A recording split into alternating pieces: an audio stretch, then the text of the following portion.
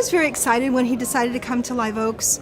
I had been aware of the job training situation in Ohio for quite some time, and I knew that there was a lot of gearing up towards the skilled, computerized, technical manufacturing jobs.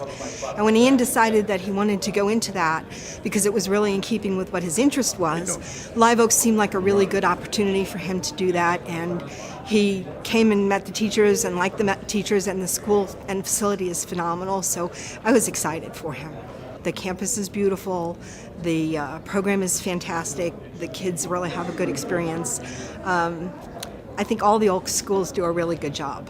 To be honest, the thing that surprised me the most was towards the end of his junior year, he started taking CNC milling from Mr. Smith, and then he went on through Skills USA to compete at that level and ended up going up to state and getting a silver medal for state in CNC milling. When Ian got the silver medal, I think it was probably one of the most exciting things that he'd ever had happen in his life. And I don't think in a traditional academic setting, Ian would have had any opportunity for something like that.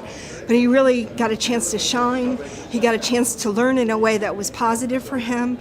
I think it's a great program that they get a chance to show off and be a part of that and see other people all over the state of Ohio. When he came to Live Oaks, I think I was most surprised by the professionalism with which he then attacked his schooling.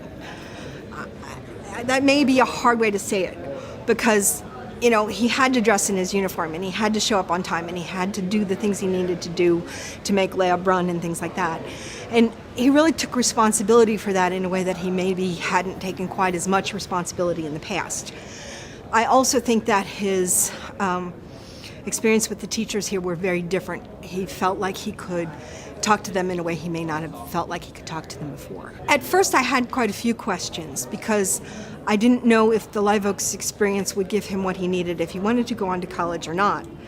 But I was assured that, especially with the classes he'd taken at Milford that also went along with what he took at Live Oaks, he would be ready for college should he choose that path. Currently, Ian is a senior here, but he is also working full-time in a machinist job. He found a small company that has maybe a dozen employees. He really is enjoying that environment more than he would enjoy a larger place. He wants to go on to college. He may go into engineering, he may not. But he's making a pretty decent amount of money now as a senior in Live Oaks. And I think his prospects for making money in the future are very, very bright too, because I see what's happening in manufacturing in Ohio. There's going to be more and more jobs, especially in the skilled areas. If another parent came up to me and said that they had a child that was interested in a technical education, I would say that Live Oaks is one of the best places to get that.